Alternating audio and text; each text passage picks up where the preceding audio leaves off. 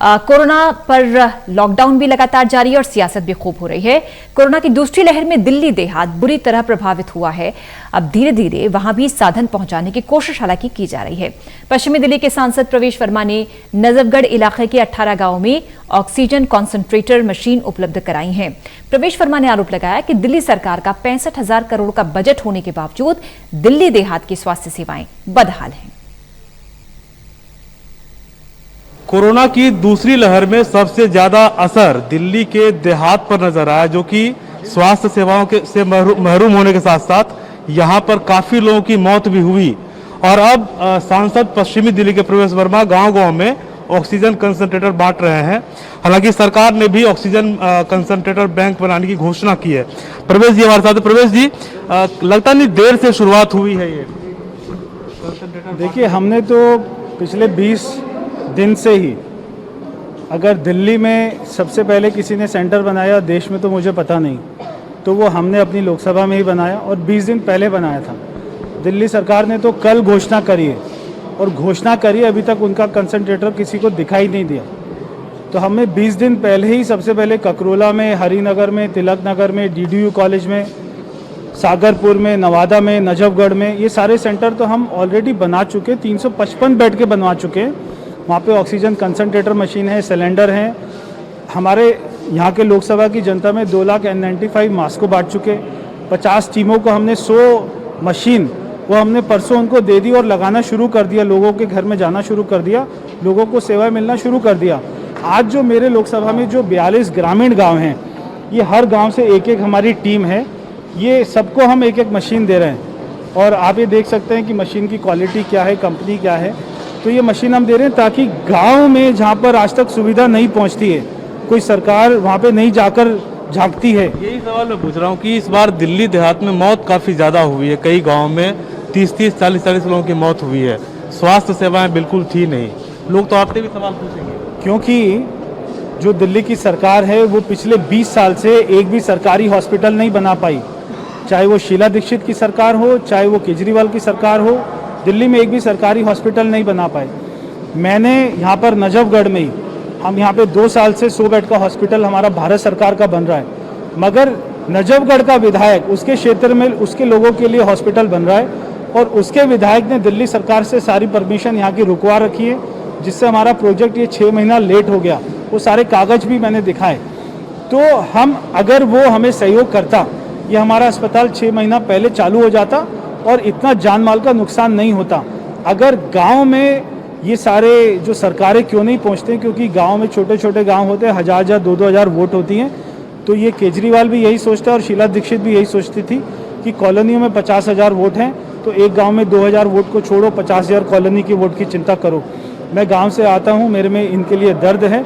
तो हमने यहाँ पर एक एक गाँव में ये मशीन दी है, जो 1-1 लाख रुपये की एक मशीन आती है, ताकि वो लोगों के घर में जाके उनको सुविधा में काम आ सके। एक सवाल और, आज 1 हफ्ते और लॉकडाउन बढ़ाने की घोषणा की गई है दिल्ली में, क्या कहेंगे? हालांकि मामले भी कुछ घट रहे हैं।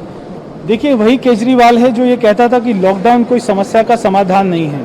आज ये बढ़ाया जा रहा है। इसको मालूम है कि ये पूरी स्वास्थ्य जो इसकी व्यवस्था है उसमें फेल हो चुका है। जो इसका वर्ल्ड, जो ये अपना दावा करता था कि वर्ल्ड इसकी हेल्थ फैसिलिटी है वर्ल्ड क्लास, वो बिल्कुल फेल हो चुकी है। अब इसके पास में एक ही उपाय था, वो था कि लॉकडाउन, लोगों के अपने घर में घुसा दो, क्योंकि अगर वो बाहर निकलेंगे केस बढ़ेंगे। ना इसके पास में अस्पताल में बेड है, ना वेंटिलेटर है, ना ICU है, ना और भी कोई सुविधा इसने अभी तक तैयार करी है। आज दिल्ली की सरकार, जिसके पास 65,000 करोड़ का बजट है, ये तो मेरी संस्था द्वारा काम हो रहा है, मेरी राष्ट्रीय स्वाभिमान संस्था द्वारा काम हो रहा है, मेरा कोई सांसद निधि का पैसा नहीं लग रहा। मगर एक तरफ है जिस सरकार के पास में 65,000 करोड़ रुपए का बजट है, वो आज तक ये मशीन नहीं खरीद पाई। मैं मेरी संस्था के माध्यम से 400 मशीन बाहर से, विदेश से मंगवाकर हमने अपने क्षेत्र की जनता के घरों में डाल दी है। तो लग रहा है कि कुछ, लास्ट सवाल ये पूछ रहा हूँ कि देहात में स्वास्थ्य सेवाओं को सुधारने की ज़रूरत है, जो कि बिल्कुल अछूता रह रहा है, नॉर्थ दिल्ली के गाँव हो, वेस्ट में हो। इसीलिए जब ये अस्पताल जो नजफगढ़ में बन रहा है 100 बेड का, जब मैं मेरे प्रधानमंत्री के पास में आज से 2.5 साल पहले गया, मैंने अब जो मैंने कुर्ता पहना हुआ था उसको ऐसे किया आगे। मैंने कहा, मैं आपको झोली फैलाकर भीख मांग रहा हूँ, आप मुझे 100 करोड़ रुपया दे दो, मेरा 100 बेड का हॉस्पिटल बना दो। उन्होंने 1 सेकंड भी नहीं लगाया और 100 करोड़ रुपया दिया, जबकि पूरे भारत में ये अकेला एक ऐसा हॉस्पिटल है, छोटा 100 बेड का, जो भारत सरकार ने बनाया है। वरना भारत सरकार केवल एम्स हॉस्पिटल बनाती है, बड़े बड़े हॉस्पिटल बनाती है। वो कभी ये 100 बेड का हॉस्पिटल पिछले 6 साल में भारत में दूसरा कोई नहीं बना। प्रधानमंत्री जी ने एज ए स्पेशल केस, मेरी रिक्वेस्ट पे, मेरी भीख पर उन्होंने ये हमें दिया। मगर उसका यहाँ का विधायक जो कैलाश गहलोत और जो मंत्री भी है सरकार में, वो इसमें अड़ंगा डालता रहा। इससे ज़्यादा कोई अपना खराब बात मैं समझता हूँ किसी आदमी के, इंसान के अंदर में नहीं हो सकती है।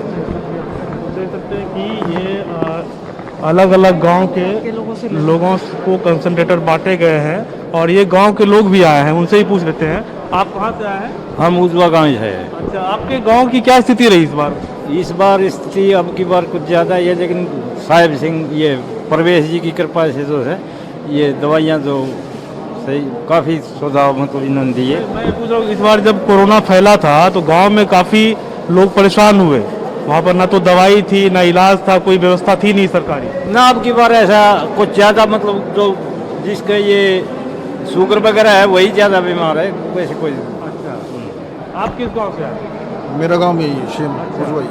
तो देख सकते हैं कि अलग अलग गांव में ये ऑक्सीजन कंसंट्रेटर मशीनें दी गई हैं और इसी उम्मीद के साथ कि अगर कोई वहां गांव में बीमार हो, उसे ऑक्सीजन की ज़रूरत हो, तो वॉलंटियर जो है उनके घर पहुंचाकर उनको तत्काल सुविधा उपलब्ध कराएंगे। लेकिन इसके साथ साथ दिल्ली सरकार ने भी अब ये कहा है कि हर जिले में 200 कंसंट्रेटर के साथ ऑक्सीजन कंसंट्रेटर बैंक भी बनाया जाएगा। तो हो सकता है कि सहूलियत मिले, लेकिन फिलहाल मामले घट भी रहे हैं।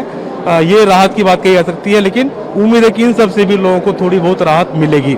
नजफगढ़ से कैमरा पर्सन ललित के साथ मैं विश्वजीत झा, टोटल न्यूज़, दिल्ली।